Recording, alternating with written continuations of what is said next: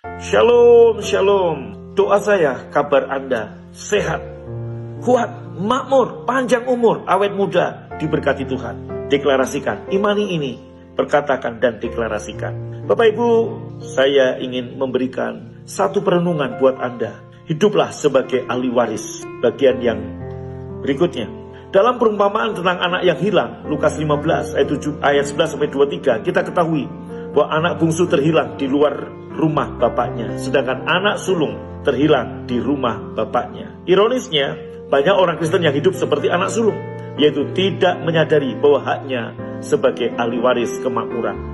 Lukas 15 ayat 31, kata ayahnya kepadanya, "Anakku, engkau selalu bersama-sama dengan aku dan segala kepunyaanku adalah kepunyaanmu." 1 Korintus 3:21, karena itu janganlah ada orang yang memegahkan dirinya atas manusia, sebab segala sesuatu adalah milikmu. Segala sesuatu adalah milik kita, anak-anak Tuhan, anak-anak Bapa. Segala sesuatu tersebut meliputi kesehatan, kemakmuran, damai sejahtera, kekayaan, dan sebagainya. Firman Allah yang mengatakan hal ini, bukan saya. Jadi bagian kita adalah mempercayainya. Bertahun-tahun anak sulung tinggal di rumah bapaknya, tapi ia tidak menyadari hal itu. Ia tidak tahu bahwa segala milik bapaknya adalah miliknya juga. Apakah Anda tipe orang seperti ini?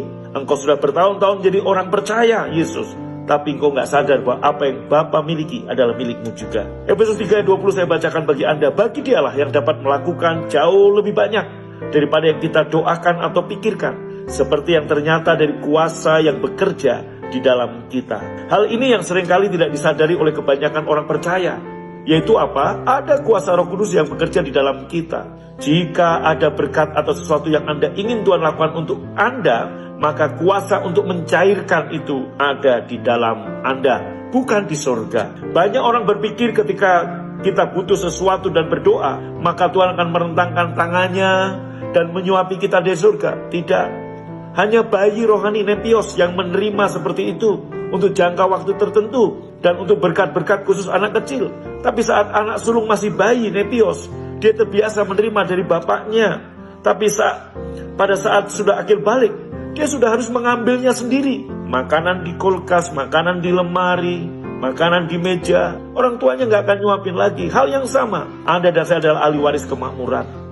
Engkau nggak disuapin lagi seperti anak kecil, tapi ambillah yang menjadi bagianmu, ambillah yang menjadi milikmu. Kisah Rasul pasal 4 ayat 20 berkata, sebab tidak mungkin bagi kami untuk tidak berkata-kata tentang apa yang telah kami lihat dan yang telah kami dengar.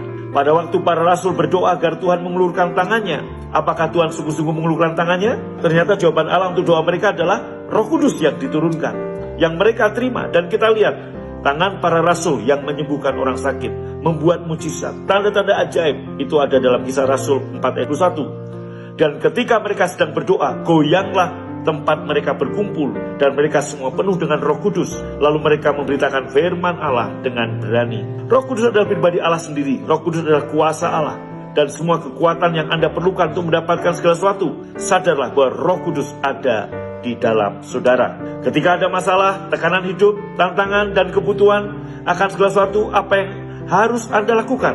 Bangkitkan dirimu dalam Roh Kudus. Meditasikan atau renungkan firman. Berdoa. Bahkan dengan bahasa roh, ketika Anda lakukan ini, kuasa Roh Kudus di dalammu akan diaktifkan menjadi ledakan yang dahsyat. Hikmat, kebenaran, serta berkat mengalir dalam kehidupan Anda. Tuhan Yesus memberkatimu. God bless you dan shalom.